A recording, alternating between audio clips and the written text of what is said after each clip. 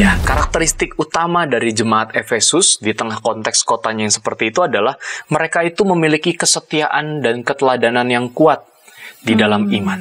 Mereka bertekun, ya, secara doktrinal mereka kuat. Kenapa? Karena mereka berhadapan langsung dengan kelompok-kelompok masyarakat penyembah berhala. Berhadapan langsung, ya. Betul. Yang salah, cut, dan seterusnya. Tapi bagaimana justru mengundang orang yang berbeda dengan salahmu, dengan ajaranmu, untuk mereka menemukan sesuatu yang benar dan yang baik. Jadi yang diminta oleh Kristus tuh itu. Sama sebenarnya seperti kamu yang dulu. Kamu dulu juga nggak ngerti kebenaran. Tapi oleh Apolos, oleh Timotius, kamu diajarkan sehingga tumbuhlah kecintaanmu terhadap Tuhan. Kalau kala itu jemaat Efesus bayang-bayangi oleh ancaman berhala, ajaran-ajaran sesat, zaman sekarang jauh lebih banyak. Ajaran yang dinormalisasi atau kesalahan yang dinormalisasi lebih banyak. Begitu ya. Dan itulah yang kemudian menjadi tantangan kita. Jadi apakah pujian terhadap jemaat yang menjaga ajaran, menjaga doktrin, keteladanan terhadap iman itu adalah sesuatu yang sia-sia? No. Itu menjadi hal yang harus kita pegang saat ini.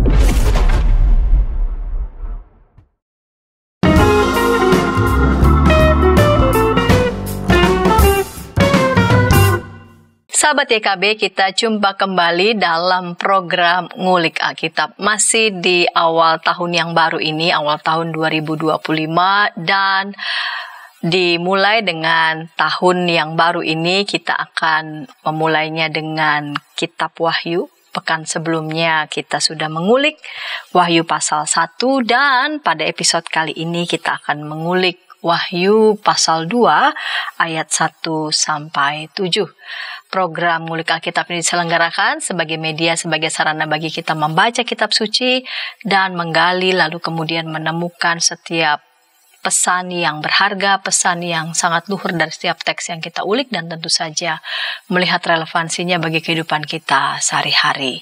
Sebagai narasumber pada episode kali ini, yaitu saya mau menyapa Pendeta Yohanes Augusta B. Setiawan. Salam jumpa kembali Bapak Yohanes. Salam jumpa yang Pendeta nama Santi. kerennya Yohanes ABS. Iya. Bapak Pendeta, Iya. mulai di tahun yang baru ini Ngulik Alkitab akan mulai dari Kitab Wahyu. Pekan Seru yang lalu, iya. Wahyu pasal 1, dan episode kali ini Wahyu pasal 2 ayat 1 sampai 7 di bawah judul Jemaat yang Kehilangan Kasih. Saya sebagai pemandu percakapan, Pendeta Santiani Manurung, mengajak sahabat dapat berinteraksi di kolom komentar yang sudah tersedia. Baik Bapak Pendeta, kita mulai saja ya. Episode kali ini kita akan buka dalam doa. Baik Bapak Pendeta dapat memimpin kita dalam doa.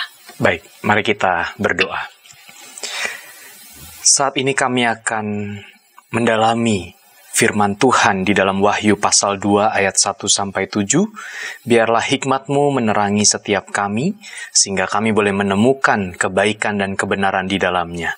Dan mampukan kami untuk dapat menghidupinya di tengah keseharian kami. Di dalam Kristus Sang Firman kami berdoa. Amin. Amin. Saya akan membaca Wahyu 2 ayat 1 sampai 7. Perikop ini diberi judul kepada jemaat di Efesus. Tuliskanlah kepada malaikat jemaat di Efesus. Inilah firman dari Dia yang memegang ketujuh bintang itu di tangan kanannya dan berjalan di antara ketujuh kaki pelita emas itu. Aku tahu segala pekerjaanmu, baik jeripayahmu maupun ketabahanmu. Aku tahu bahwa engkau tidak dapat sabar terhadap orang-orang jahat, bahwa engkau telah menguji mereka yang menyebut dirinya rasul, tetapi yang sebenarnya tidak demikian. Bahwa engkau telah mendapati mereka pendusta. Engkau tetap tabah, sabar menderita karena namaku, dan tidak mengenal lelah. Meskipun demikian, aku mencela engkau, karena engkau telah meninggalkan kasihmu yang semula. Sebab itu, ingatlah betapa dalamnya engkau telah jatuh. Bertobatlah dan lakukanlah lagi apa yang semula engkau lakukan.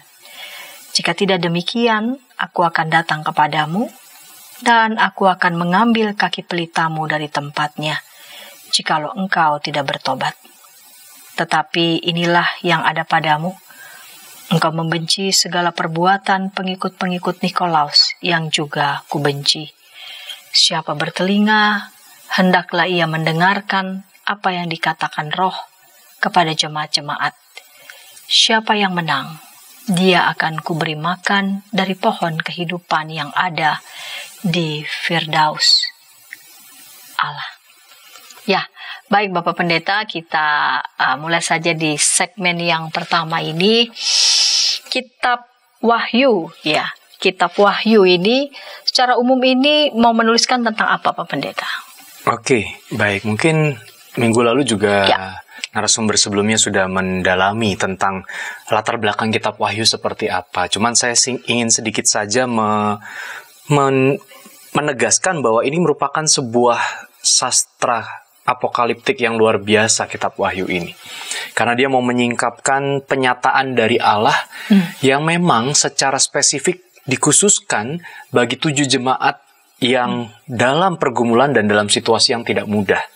Dan pada waktu itu, Yohanes sebagai penulis kitabnya itu tidak berada bersama dengan mereka.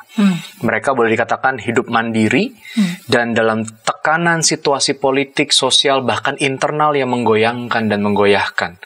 Sehingga disinilah kitab itu ditulis untuk menjadi sebuah ajakan, nasihat, sekaligus juga peringatan bagi 7 jemaat untuk tetap hidup dalam kehendak yang diinginkan oleh Sang Alfa dan Omega itu, yaitu Yesus Kristus. Begitu kira-kira. Nah, di dalam kitab Wahyu ini kan begitu banyak kekayaan simbol-simbol, begitu Pak Pendeta. Nah, bisakah Pak Pendeta menolong kita bersama untuk ketika kita diperhadapkan dengan bahasa-bahasa begitu banyak kekayaan simbol-simbol, bagaimana cara kita mesti membaca simbol-simbol yang begitu sangat kaya dalam kitab Wahyu? Nah, ini menjadi penting. Karena memang kan konteks kitab Wahyu itu jemaat dalam situasi tertekan, penganiayaan, sehingga bahasa simbolik itu menolong dalam berkomunikasi. Ya nanti kalau tadi kita sudah baca ketujuh malaikat dan segala macam, kalau kita orientasikan konotasi malaikat pada saat sekarang adalah yang kita tahu, ya entah itu Gabriel, Misael, dan segala macam yang pernah tercatat dalam Alkitab. Ya sosok yang ilahi, begitu ya. Tapi apakah seperti itu di dalam kitab Wahyu? Maka dari itu sebenarnya dalam membaca kitab Wahyu itu ada setidaknya 4 perspektif. Yaitu perspektif yang pertama dikenal sebagai perspektif preteris. Jadi perspektif preteris itu membaca kitab ini sebagai nubuatan yang sudah terjadi, sudah terpenuhi.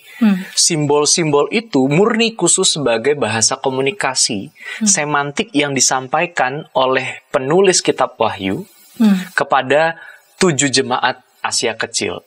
Begitu ya. Jadi sudah terjadi dan itu memang bahasa komunikasi yang plek sudah terjadi. Lalu yang kedua, cara membaca historisis, bahwa kitab Wahyu ini sebenarnya adalah bagian dari sejarah jemaat mula-mula yang sudah terbentuk dan dalam perkembangannya, perjalanannya itu mengalami dinamika. Gitu ya. Dan di dalam kitab Wahyu itu terdapat situasi itu. Karena kan memang situasi kitab Wahyu ini secara politis Kaisar Romawi berkuasa kala itu dan melihat komunitas Kristen sebagai ancaman. Karena apa? Nggak mau menyembah Kaisar.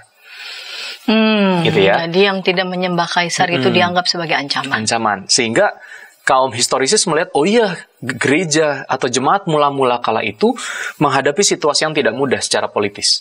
Sehingga historisis melihat ini sebagai ya catatan sejarah. Nah, lalu ada juga cara membaca futuris. Ya, namanya futuris berarti kan sesuatu berorientasi akan masa depan. Nah, cara melihat ini adalah karena kitab Wahyu disusun paling akhir atau ditempatkan paling akhir.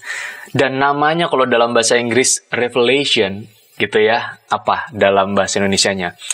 Penyingkapan. Penyingkapan. Jadi ini sesuatu yang akan nanti pada akhirnya disingkapkan. Begitu.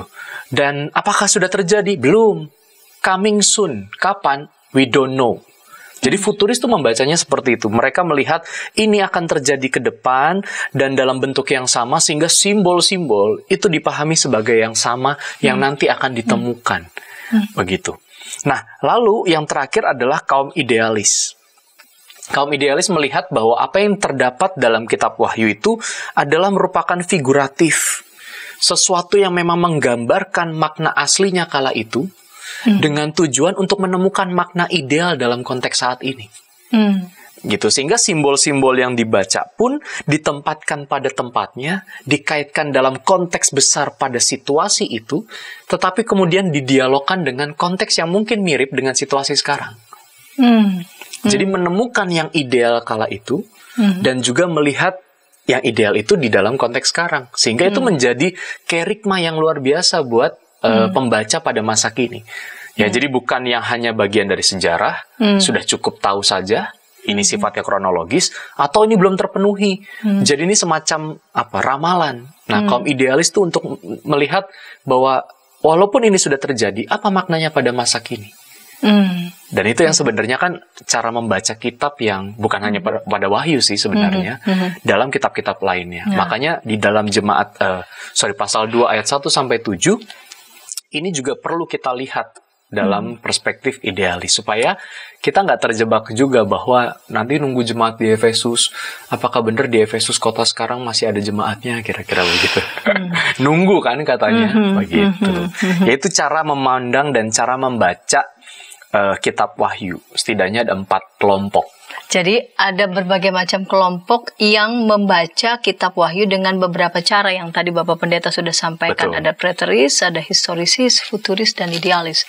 Saran Bapak Pendeta, kita membacanya mesti bagaimana dari 4 ini? Dari 4 ini sebenarnya yang cocok adalah idealis. Idealis. Karena kita tidak mencabut simbol itu dari konteksnya, tapi melihat konteks besar dan makna besar yang bisa kita dialogkan dalam situasi saat ini.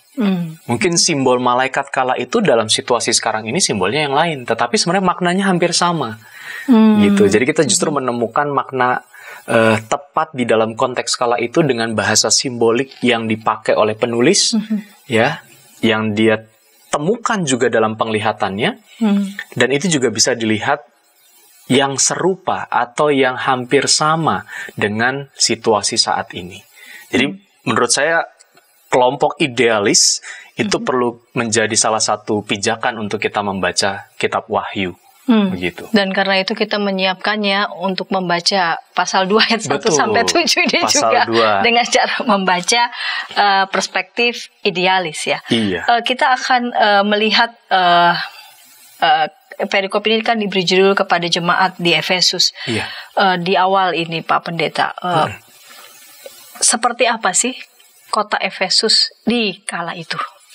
Ya, kota Efesus merupakan salah satu kota yang elok, yang memang dipandang sebagai salah satu kota yang kompleks karena disitulah pusat perdagangan. Dengan adanya pusat perdagangan berarti ekonominya tumbuh.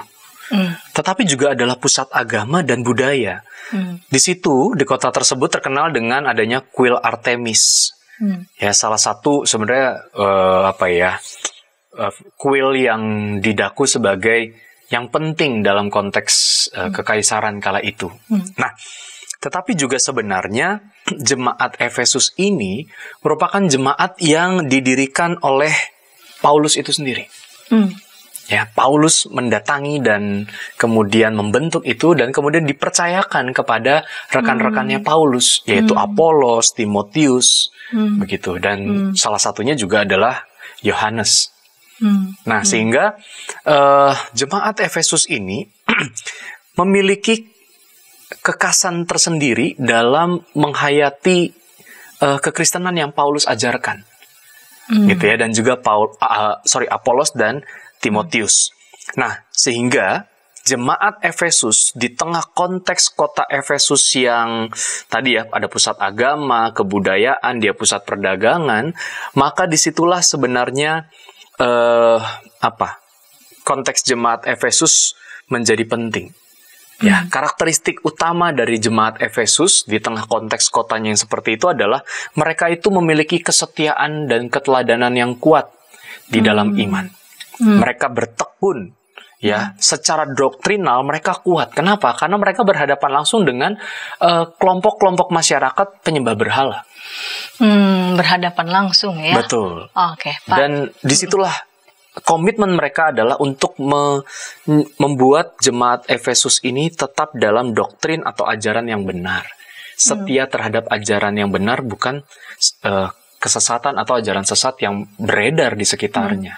Oke, baik Pak Pendeta, kita akan lanjut ya kekuatan jemaat di Efesus, lalu kemudian kita akan lihat apakah ada problem di sana dan kita akan ulik di teks-teks berikutnya, begitu ya. Baik. Kita akan ulas di segmen kedua, namun sebelumnya kita dengarkan pesan-pesan berikut ini.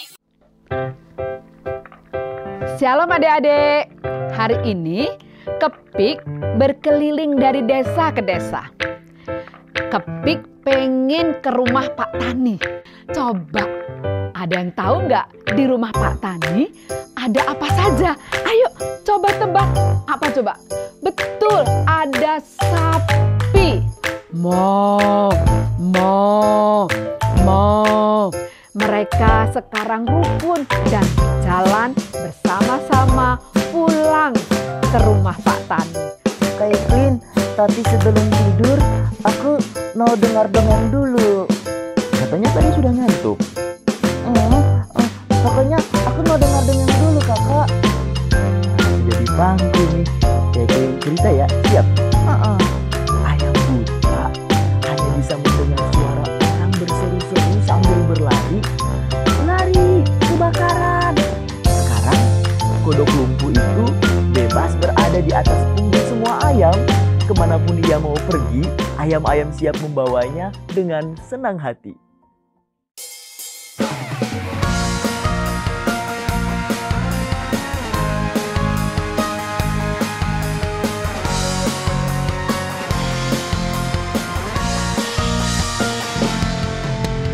Hormat pada orang tua, menyayangi binatang, rajin ke sekolah minggu, selalu giat belajar, tidak membedakan orang, semua dijadikan sahabat, dipercaya oleh guru-guru di sekolah.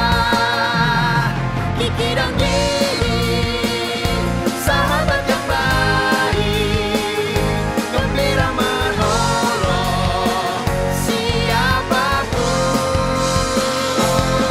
membela yang lemah, menegur yang salah. Kiki dan Gigi, sahabat yang asyik. Hai kiddos. Inci, betul. Kodok lumpuh dan ayam buta. Kiddy time.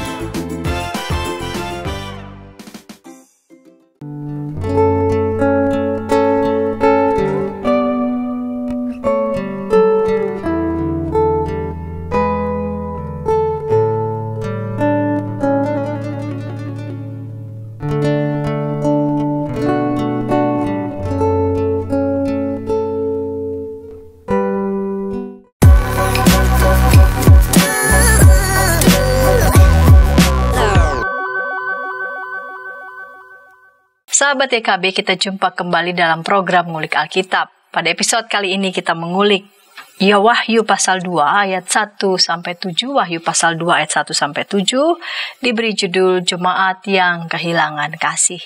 Narasumber pada episode kali ini adalah Bapak Pendeta Yohanes Augusta Bambang Setiawan, yang nama kerennya disingkat ABS, Pendeta Yohanes ABS, melayani sebagai pendeta di GKI Bintaro Utama. Baik Bapak Pendeta, kita lanjut di segmen yang kedua ini. Bapak Pendeta di ujung segmen pertama memberikan penjelasan apa yang karakteristik jemaat di Efesus yang memang berada di antara pusat-pusat kekuatan ya, baik itu kekuatan budaya maupun juga agama, perdagangan begitu. dan mereka punya karakter yang sangat kuat pada kesetiaan, teladan, ketekunan. Kesetiaannya kesetiaan yang doktriner ya, karena memang mereka sendiri berhadapan dengan mereka-mereka yang masih menyembah berhala. Dan komitmen mereka juga untuk fight begitu ya, melawan segala bentuk pengajaran sesat. Nah, bisakah diulas Bapak Pendeta, dengan kekuatan karakter yang jemaat yang sedemikian begitu ya, sampai surat ini dikhususkan untuk mereka begitu, ada kendala apa ataupun ada problem apa atau ada persoalan apa yang dialami, pergulatan apa yang dialami oleh jemaat di Efesus? Oke, baik. Ya itulah tentunya ya, kalau bukan ada persoalan, kenapa surat ini sampai ditujukan kepada salah satunya jemaat Efesus? Tentu ada persoalan di dalamnya. Ya, nah salah satu persoalan yang kuat dan itu tercatat sebenarnya di dalam bacaan yang tadi kita lihat, yaitu bicara kekeringan ataupun juga masalah spiritual berkenaan dengan kasih di dalam pelayanan. Jemaat ini diperhadapkan dengan berbagai macam ajaran sehingga mereka menjaga mana yang benar, mana yang sesat. Dan berarti kan di situ sangat kuat doktrinalnya. Nah, persoalannya adalah mereka aktif melayani, tetapi dalam semangat untuk melihat mana yang benar, mana yang sesat. Tetapi kemudian yang harus terkorbankan adalah kasih terhadap sesama jemaat itu sendiri. Kasih yang mewarnai pelayanan mereka yang mulai memudar sebenarnya, bukan hanya hilang, bukan langsung hilang tiba-tiba kayak orang pacaran abis putus lalu kemudian jadi benci ya, bukan, tetapi memudar karena seiring dengan salah satu yang dikuatkan, yaitu adalah kesetiaan dalam ajaran, ya keteladanan doktrinal dan lain sebagainya. Sehingga dalam pelayanan yang mereka lakukan, kasih terhadap sesama itu menjadi mulai memudar, mulai luntur. Dan itu menjadi persoalan sebenarnya. Dan maka dari itu Kristus yang menyatakan penyingkapan kepada jemaat Efesus justru mempersoalkan dan menekankan tentang hal itu. Ya, yang kemudian disampaikan oleh penulis kitab Wahyu yaitu Yohanes. Gitu. Jadi memang ada persoalan tentang hal itu. Jadi ada persoalan tentang mereka saking mereka berada dalam situasi berhadapan dengan segala bentuk pengajaran sesat sehingga mereka mereka saking seriusnya sehingga mereka kehilangan gairah yang lain. Gairah kepada Allah pun jadi saking mereka berhadapan dengan penuh dengan tantangan. Berarti kita berdebat tapi kemudian berdebatnya nggak menggunakan emosi yang baik gitu. Saking berhadapan dengan segala bentuk pengajaran sesat itu. Betul. Nah, kita melihat di ayat pertama, tuliskanlah kepada malaikat jemaat di Efesus. Dia yang memegang ketujuh bintang di tangan kanannya dan berjalan di antara ketujuh kaki dian emas. Ini teks ini sendiri berbicara tentang konteksnya apa. Ada bahasa simbolik juga di sana. Betul sekali. Dan kalau kita lihat, ya tadi saya sempat singgung di segmen pertama ya, kata malaikat yang kita orientasikan pada saat ini adalah sosok pribadi ilahiyah, ya, yang paling umum muncul dalam tradisi gereja itu pada saat kapan? Maria mau melahirkan. Atau Maria dikasih tahu bahwa dia mengandung, begitu Zakaria. Kan ya?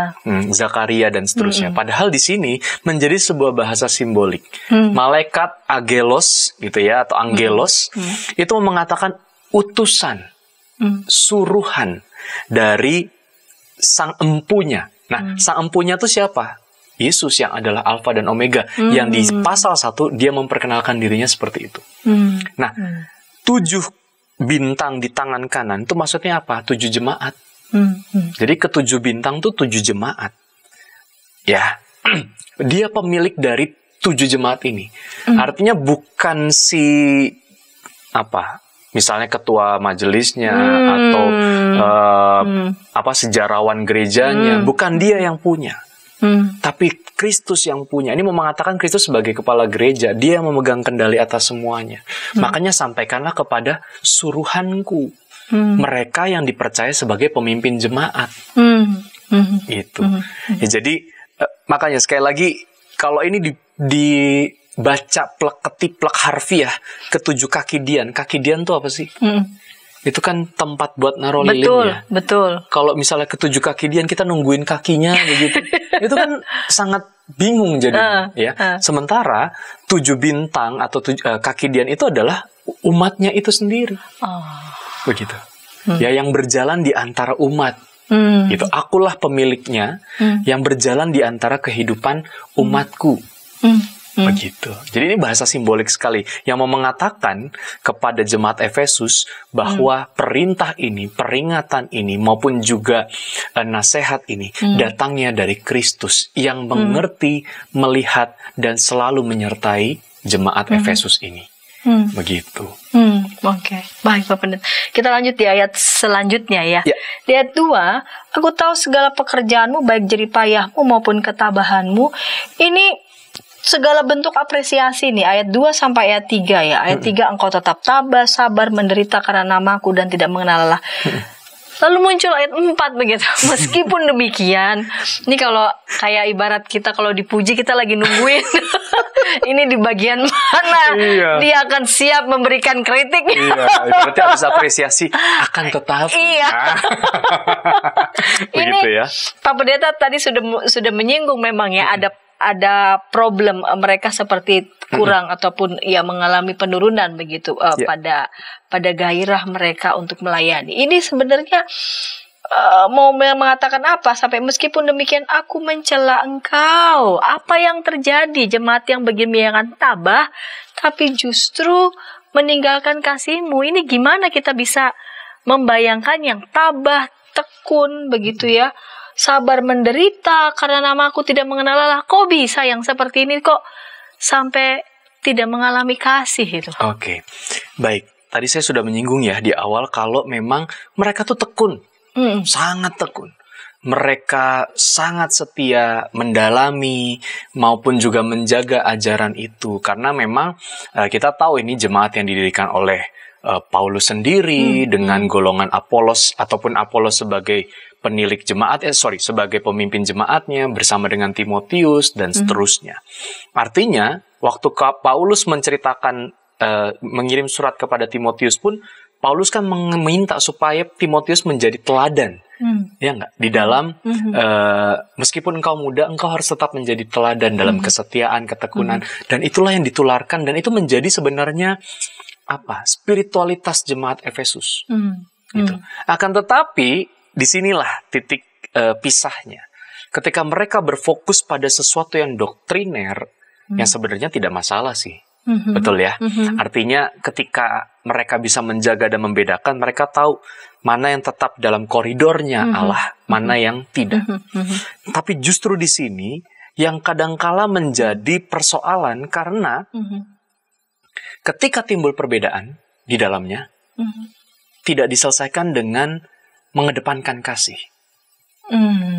Ya, jadi justru terjadi karena sama-sama mempertahankan doktrin, ya, mengajarkan doktrin, begitu ada yang berbeda, maka disitulah pendekatannya tidak lagi penuh dengan kasih. Gitu. Dan ini menjadi kecenderungan yang bukan hanya ketika ada perbedaan ajaran, tetapi dalam pelayanan pun menjadi demikian. Ya, coba mungkin kita membayangkan yang begini, ada orang yang di dalam ibadah begitu ada salah sedikit, ini udah masuk relevansi ya, tapi ini untuk membayangkan lah, membayangkan. Begitu salah sedikit langsung ini salah kamu ini segala macam, sehingga orang yang ditegur jadi kehilangan gairahnya untuk melayani. Begitu. Dan itu yang terjadi dalam jemaat Efesus. Gitu. Mereka bertekun, mereka melayani betul, tapi kalau ada friksi, ada situasi yang tidak oke, yang berbeda, maka itu yang muncul cara pendekatannya. Nah, disinilah kemudian dalam penglihatan Yohanes dikatakan aku mencela engkau karena engkau kehilangan semangat kasih yang mula-mula. Kasih yang mula-mula yang mana kan gitu ya? Betul ya. Kasih yang seperti apa? Kasih yang juga menunjukkan bahwa ketika engkau mengenal Tuhan, itu yang muncul adalah rasa haus.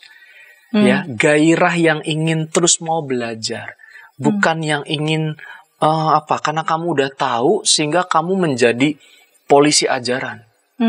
Yang salah, kick. yang salah, cut, dan seterusnya. Tapi bagaimana justru mengundang orang yang berbeda dengan salahmu, dengan ajaranmu, untuk mereka menemukan sesuatu yang benar dan yang baik. Jadi yang diminta oleh Kristus tuh itu.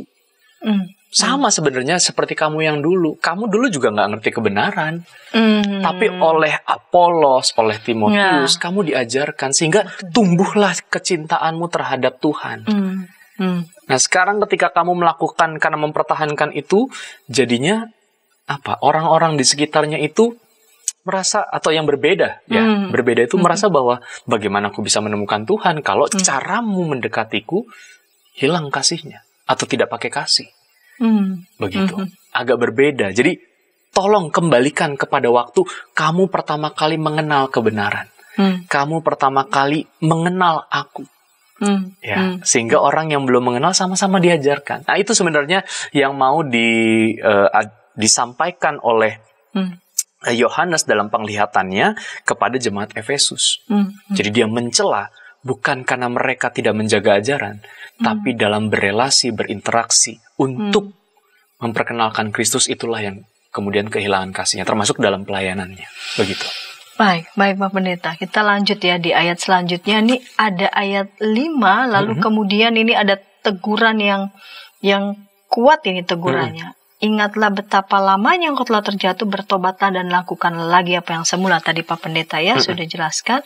Jika tidak demikian aku akan datang kepada dan aku akan mengambil kaki pelitamu dari tempatnya. Jikalau ini apa makna simbolik yang mau dibaca mengambil kaki pelitamu? Oke, baik. Ini seolah-olah kayak jadinya jahat ya. Gitu ya. Sebenarnya ini sebuah peringatan, peringatan keras bahwa ajaran yang benar itu sangat baik. Tetapi sebenarnya Yesus mengajarkan value yang tak pernah hilang harusnya, yaitu kasih. Itu value luhur di dalam kekristenan yang diajarkan oleh Paulus dan juga para rasul, sehingga jemaat Efesus harusnya menghidupi itu. Kasih. Ya, jadi pendek kata tuh, jangan cuma sekedar rasionalnya doang yang kamu kuatkan karena kamu pengen melawan ajaran sesat, tapi kemudian kamu kehilangan sisi afektif, emosi cintamu terhadap sesamamu.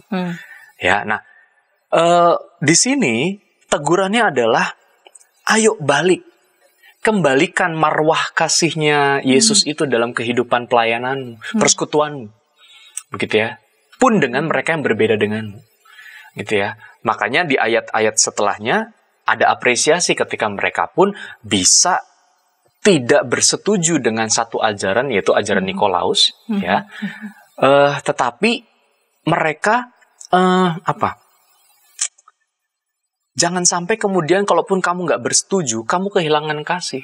Intinya sih seperti itu. Makanya di ayat yang ke-5, gitu ya, bertobatlah dan lakukanlah lagi apa yang semula engkau lakukan. Seperti yang tadi saya sampaikan. Ya. Dan kalau enggak, aku akan mengambil kaki pelitamu dari tempatnya jikalau engkau tidak bertobat. Tadi kalau kaki pelita itu adalah jemaatmu, kalau enggak ya aku ambil aja sekalian deh. Artinya apa? Bubar. Hancurkan saja sekalian. Kenapa? Nggak ada kasih. Iya, kamu tidak merangkulnya. Kamu tidak melakukannya itu dengan kasih. Begitu. Ada yang berbeda denganmu, ada yang mereka mungkin berseberangan denganmu, kamu malah menyingkirkan, tapi bukan dengan kasih kamu merangkul mereka, sama seperti waktu awal, kira-kira begitu. Jadi tobat yuk.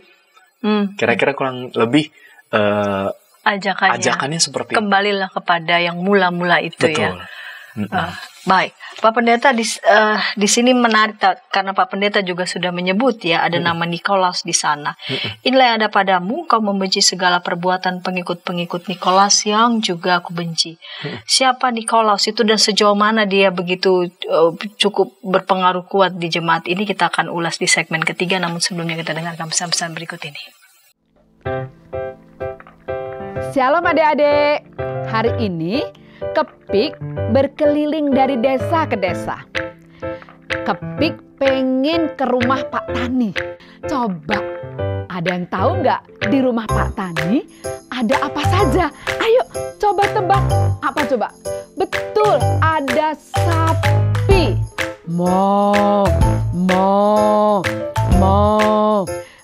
Mereka sekarang rukun dan jalan bersama-sama pulang ke rumah Pak Tani. Kak Evelyn, tapi sebelum tidur aku mau dengar dongeng dulu. Katanya tadi sudah ngantuk. Pokoknya aku mau dengar dongeng dulu kakak. Jadi pangku nih. Kayak cerita ya, siap? Ayam buta hanya bisa mendengar suara orang berseru-seru sambil berlari. Lari, kebakaran. Sekarang kodok lumpuh itu bebas berada di atas punggung semua ayam. Kemanapun ia mau pergi, ayam-ayam siap membawanya dengan senang hati.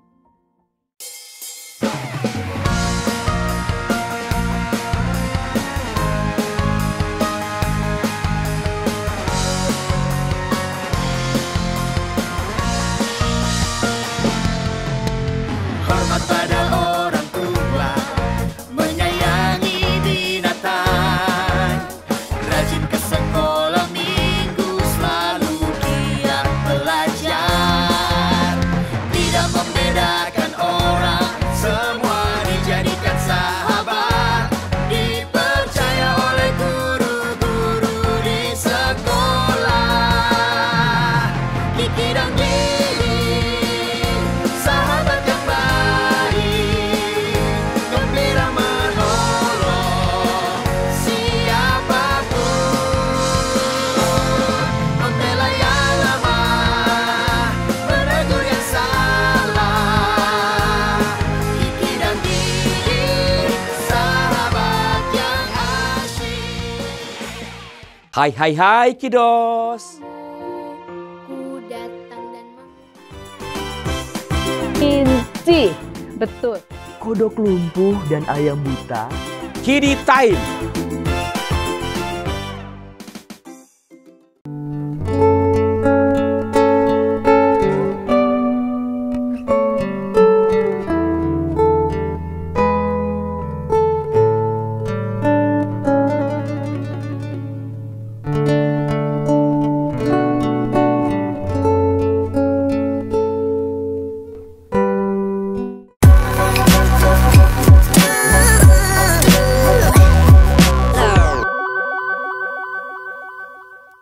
Sahabat EKB, senang masih bersama dengan kami dalam program Ngulik Alkitab. Pada episode kali ini kita mengulik Wahyu pasal 2 ayat 1 sampai 7 diberi judul Jemaat yang Kehilangan Kasih. Kita memasuki segmen yang ketiga. Saya mengajak sahabat dapat berinteraksi di kolom komentar yang tersedia. Baik itu dapat menyampaikan pertanyaan maupun respon tanggapan. Dengan senang hati narasumber pada episode kali ini Bapak Pendeta Yohanes ABS menjawab pertanyaan maupun respon dari para sahabat semua. Baik Bapak Pendeta, kita lanjut di segmen ketiga ini.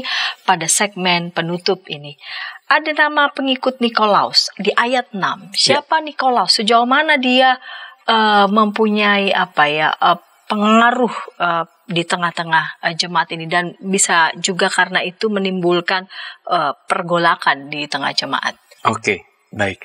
Nikolaus itu adalah seorang diaken atau seorang yang ditunjuk untuk bersama-sama dengan para rasul merawat jemaat mula-mula. Mungkin kita bisa melihat Kisah Para Rasul 6 ayat 5. Kisah Para Rasul 6 ayat yang kelima. Baik. Karena memang di dalam Wahyu dikatakan pengikut-pengikutnya. Nah, ini siapa Nikolausnya? Ya, saya akan baca ya. Kisah Para Rasul 6 ayat 5. Usul itu diterima baik oleh seluruh jemaat. Lalu mereka memilih Stefanus, seorang yang penuh iman dan Roh Kudus, dan Filipus, Prochorus, Nikanor, Timon, Parmenas, dan Nikolaus, seorang penganut agama Yahudi dari Antioquia. Ya, sudah jelas ya. Dia adalah seorang Yahudi yang berarti kemudian menjadi pengikut Kristus. Dan di sini kan sebenarnya saat itu sedang menunjuk 7 orang atau orang-orang yang akan melayani jemaat miskin. Ya, artinya ini menjadi seorang diaken. Diakonos, pelayan meja atau pelayan bagi mereka yang tersingkirkan. Gitu. Nah, Nikolaus itu melakukan atau mengajarkan yang sebenarnya itu lagi-lagi begini. Karena jemaat Efesus itu berada dalam tadi ya, pusaran ajaran agama yang menyembah berhala, artinya mungkin dia adalah paganisme dan seterusnya, maka Nikolaus ini juga menularkan itu. Nah, Nikolaus tuh dari bahasa Yunani artinya nikan, menang, laos itu rakyat. Jadi dia berusaha memenangkan rakyat, ya, bukan dalam pilkada maksudnya. Jadi di dalam hal ini yang dilakukan oleh Nikolaus adalah mengajarkan orang-orang untuk mau juga berkompromi menyembah berhala. Begitu. Dia Kristen, dia pengikut Kristus, tetapi menyembah berhala. Dan salah satu yang tadi saya sampaikan ada kuil Artemis di situ yang sangat erat dengan penyembahan berhala. Tapi bukan hanya itu, tapi juga soal imoralitas seksual. Ya, untuk hidup dengan serampangan, mereka bertoleransi terhadap dosa dengan dalih kebebasan sebagai seorang Kristen. Nah, Nikolaus melakukan itu dan kemudian itu yang mempengaruhi pengikut-pengikutnya. Karena mungkin, ya ini saya coba membayangkan gitu ya, ketika mereka hidup dalam konteks masyarakat yang seperti itu, terjadi pembenaran. Ya sudahlah, supaya saya bisa tetap bersama dengan masyarakat, saya mengikuti pola yang terjadi di masyarakat, tapi mengesampingkan apa yang menjadi kebenaran itu. Nah, ini juga yang sebenarnya mewarnai persoalan internal dari jemaat Efesus. Ya, selain tadi ada persoalan yang jemaat kehilangan kasih, ada persoalan imoralitas yang terjadi karena masih banyak pengikut-pengikut Nikolaus yang merongrong jemaat Efesus. Begitu. Jadi boleh dikatakan pengaruhnya apakah kuat? Cukup kuat. Dan itu dipengaruhi atau ada peluang semakin besar karena memang konteks jemaat Efesus dikungkung atau disekitari oleh pusat-pusat tadi. Begitu. Mereka yang menyembah dewa, mereka yang menyembah berhala, bahkan makan makanan yang dipersembahkan bagi berhala dan seterusnya dan sebagainya. Gitu. Jadi apakah dia signifikan memberi pengaruh negatif? Iya. Begitu. Dan pengikut-pengikutnya cukup getol. Kalau kita perhatikan ya di jemaat Efesus itu dipuji karena berhasil menolak cara hidup atau perilaku yang diajarkan pengikut Nikolaus. Tapi coba, Pendeta Santi boleh membacakan di Wahyu 2 ayat 15. Wahyu 2 ayat 15. Demikian juga ada padamu orang-orang yang berpegang kepada ajaran pengikut Nikolaus. Nah, ini kan kepada jemaat di Pergamus. Ternyata cukup bukan cuma di Efesus. Cukup luas. Pengikut itu masuk ke jemaat-jemaat lain. Kita bisa bayangkan berarti ini bukan sebuah sekte ataupun juga pergerakan yang lokal, tapi ini udah bercabang kemana-mana. Nah, dalam hal inilah Yesus mengapresiasi jemaat Efesus yang bisa menolak pengaruh atau intervensi dari kelompok pengikut Nikolaus. Ya, jadi dari situ dia tetap diapresiasi. Terima kasih karena itu tidak sampai merusak. Tapi memang itu menjadi ancaman lagi-lagi, begitu ya, ke kelompok Nikolaus ini. Baik Pak Pendeta, kita lanjut ya di ayat selanjutnya. Siapa bertelinga hendaklah ia mendengarkan apa yang dikatakan Roh kepada jemaat-jemaat. Siapa yang menang, dia akan kuberi makan dari pohon kehidupan yang ada di Firdaus Allah. Apa yang dimaksud dengan pohon kehidupan yang dicatat di sini? Ini juga istilah yang simbolik ya. Yes, betul. Sebenarnya bahasa atau frasa pohon kehidupan itu merujuk pada peristiwa di Taman Eden. Gitu ya, bahwa di Taman Eden engkau bisa menikmati, di tamannya Tuhan engkau bisa menikmati segala kebaikan di dalamnya. Gitu ya.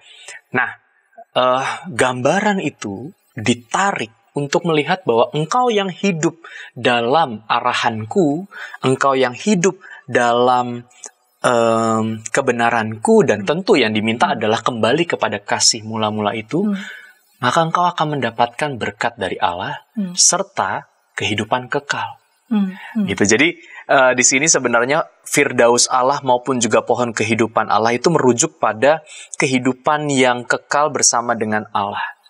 Begitu ya, bukan kita cari rumah yang namanya atau tempat yang namanya Firdaus terus cari pohonnya, tidak.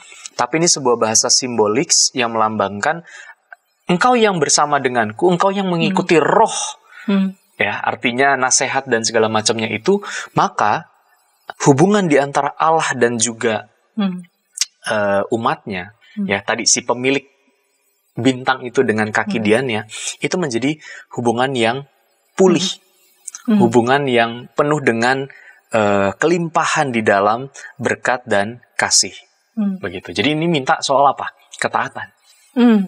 Kamu berhasil, kamu bisa, dan saya mengapresiasimu, tapi tetap ini didengarkan. Kembali kasih yang hilang itu, ya kembalikan lagi, tumbuhkan lagi. Maka engkau akan mendapatkan gitu ya, kira-kira janji ataupun mungkin juga hadiah, bahasa sederhananya dari Allah sang pemilik jemaatmu. Itu. Baik Pak Pendeta, kita sudah tiba di menit-menit akhir segmen penutup ini. Dengan judul Jemaat yang Kehilangan Kasih, kita mengulik Wahyu 2 ayat 1 sampai 7. Apa relevansinya untuk kehidupan kita ini? Oke, baik. Pada jemaat di Efesus, namun juga kita di era ini. Di era masa kini, ya. Sebenarnya kalau kita boleh jujur, kalau kala itu jemaat Efesus dibayang-bayangi oleh ancaman berhala, ajaran-ajaran sesat, zaman sekarang jauh lebih banyak. Ajaran yang dinormalisasi atau kesalahan yang dinormalisasi lebih banyak. Begitu ya. Dan itulah yang kemudian menjadi tantangan kita. Jadi apakah pujian terhadap jemaat yang menjaga ajaran, menjaga doktrin, keteladanan terhadap iman itu adalah sesuatu yang sia-sia? No. Itu menjadi hal yang harus kita pegang saat ini. Karena apa? Tantangan kita jauh lebih banyak. Kalau kala itu jelas yang menyembah berhala itu udah pasti salah, yang menyembah Kristus itu benar. Kalau sekarang banyak orang yang memberhalakan yang lain dan dibawa ke dalam gereja, begitu. Ya, buktinya apa? Orang lebih suka zodiak daripada datang ke pendeta, toh? Iya kan? Lebih percaya itu. Itu contoh sederhana sebenarnya. Lebih banyak lagi. Kalau mau dikatakan normalisasi kesalahan, dosa, dan lainnya lebih banyak lagi. Itu pertama. Yang kedua, sebenarnya kembali kepada kasih. Seringkali kita dalam kehidupan bergereja ada orang yang salah dan berdosa. Maka hitam putih. Ya bukan berarti kemudian yang dosa itu nggak mungkin diperbaiki, tetapi yang jelas adalah kita punya pretensi ataupun juga punya persepsi mereka yang berdosa tidak layak. Dan itu yang kemudian sebenarnya mengganggu kehidupan relasi kasih yang Tuhan anugerahkan. Gitu ya. Nah, kembali untuk menghidupi kasih sebenarnya kalau kita mau jujur, pendekatan-pendekatan yang sifatnya pastoral, edukatif, apresiatif terhadap setiap mereka yang ada dalam kehidupan jemaat, itu menjadi sesuatu yang mengembalikan kasih mula-mula. Gitu. Orang berdosa iya, tapi habis itu mau ngapain? Apakah cukup di-kick dari kehidupan gereja? Oke, dia melakukan dosa. Udah, dia nggak boleh pelayanan ini, nggak boleh pelayanan itu, nggak boleh menerima ini, nggak boleh menerima itu. Udah, apakah berhenti sampai situ? Di mana dimensi kasih yang mengedukasi, kasih yang mengoreksi, kasih yang kemudian membawa kembali orang itu dalam melihat karunia dan anugerah Allah. Gitu. Karena sebenarnya ini adalah teguran bagi kita, bagaimana gereja dalam hal ini entah pemimpinnya, entah pendetanya, entah siapapun itu, juga punya kesadaran bahwa setiap orang yang berdosa itu bukan hanya dia dikatakan dia berdosa, tetapi dikembalikan atau ditarik kembali, mendapatkannya kembali. Nah itu sebenarnya dimensi kasih mula-mula yang Allah minta di dalam bacaan Wahyu pasal 2 ayat 1-7. Iya, kebayang ya ada orang yang memang katakanlah sangat straight gitu ya pada aturan, sangat straight begitu pada hukum. Pokoknya apa yang diminta itu diikuti, tapi kehilangan betul. Gairahnya begitu, kehilangan kasihnya itu justru malah sia-sia begitu ya. Betul. Dan firman Tuhan melalui kitab Wahyu ini menegur jemaat Efesus, jangan lupa bagian itu kamu malah ketinggalan begitu ya. Kasih yang mula-mula itu malah jadi nggak ada gitu. Dan apalagi itu bisa mempengaruhi motivasi pelayanan loh. Yang kehilangan kasih itu. Iya. Pelayananmu apa ya? Karena saya pengen mempersembahkan yang terbaik. Iya betul. Nggak masalah dengan hal itu. Tapi itu bisa kehilangan kasih. Ya, pelayanan yang sempurna, yang perfect, ya, dan lain sebagainya, tapi kamu kemudian mengabaikan sisi-sisi lain. Apakah para pelayan Tuhan itu selalu sempurna dalam melayani? Bisa salah. Ya, yang dipersiapkan aja bisa ada kekurangannya. Tapi kemudian tidak sedikit yang bukan pakai kacamata korektif apresiatif, tapi judgmental. Itu menurut saya menjadi sesuatu gini. Kalau pelayanan di gereja atau suatu komunitas gereja itu bukan menjadi komunitas untuk belajar, ya, artinya kasih yang mengapresiasi dan mengoreksi itu, maka mereka akan mendapatkan di mana kalau di luar? Ya. Apalagi kalau misalnya sekarang ya, di luar tuh mengapresiasi meskipun engkau salah, engkau diapresiasi itu lebih mudah. Ya enggak? Wah, dia begini keren ya, padahal yang dilakukan salah. Nah, di gereja udah jelas-jelas baik, jelas-jelas benar, tetap dipersalahkan. Nah, ini sebenarnya jangan sampai kita kehilangan kasih dalam dimensi apapun di kehidupan pelayanan. Ya, sehingga yang ada bukan kesatuan, melainkan keterpecahan. Mungkin juga orang jadi trauma untuk hidup dalam bergereja. Karena isinya seperti itu. Maka dikatakan bertobatlah. Kalau nggak akan kucabut. Akan kucabut persembahanmu loh. Bukan ya. Aku akan mengambil. Iya juga. Jadi kalau jemaat sendiri, orang-orangnya kehilangan kasih, ya apa yang di dalamnya itu. Begitu ya. Nggak ada hati begitu. Ya. Baik Pak Pendeta, terima kasih untuk kesediaan pada episode kali ini mengulik Wahyu pasal 2 ayat 1-7 dengan judul Jemaat yang Kehilangan Kasih. Ya, semoga ya kita juga dapat kembali begitu melihat diri kita, terlebih kita dalam persekutuan itu ya. Hidupkanlah terus ya kasih Allah yang sudah Allah beri dalam Yesus Kristus dalam hati kita, dan kasih itu juga, sumber kasih itu juga yang kita alirkan begitu kepada sesama, sehingga kemudian kehidupan persekutuan kita itu juga hangat gitu ya, betul dengan sekali. kasih. Ketika tayangan ini boleh memberkati sahabat dimanapun sahabat berada, sahabat dapat membagikannya kepada sebanyak mungkin orang dan dapat menekan tombol like maupun subscribe sehingga boleh mendapatkan update dari tayangan YKB TV. Terima kasih Bapak Pendeta Yohanes ABS untuk kesediaan. Sama-sama. Ulik Alkitab pada episode kali ini kita akan menutup dalam doa. Mari Bapak Pendeta dapat menutup dalam doa. Baik, Sobat Ngulik Alkitab, kita bersatu dalam doa. Terima kasih untuk indahnya firman Tuhan yang boleh kami dalami, ajar kami untuk tetap menyalakan dan menghidupi serta menumbuhkan kasih dalam kehidupan kami berkomunitas, khususnya dalam kehidupan gereja, jemaat Tuhan di mana kami hidup bersama. Dan kami mohon biarlah firman Tuhan ini boleh meneguhkan kami sehingga kami tidak mengesampingkan bukan hanya ajaran kebenaran, tetapi juga kasih yang menyebabkan kebenaran itu dapat dihidupi, dirasakan, dan memberkati banyak orang.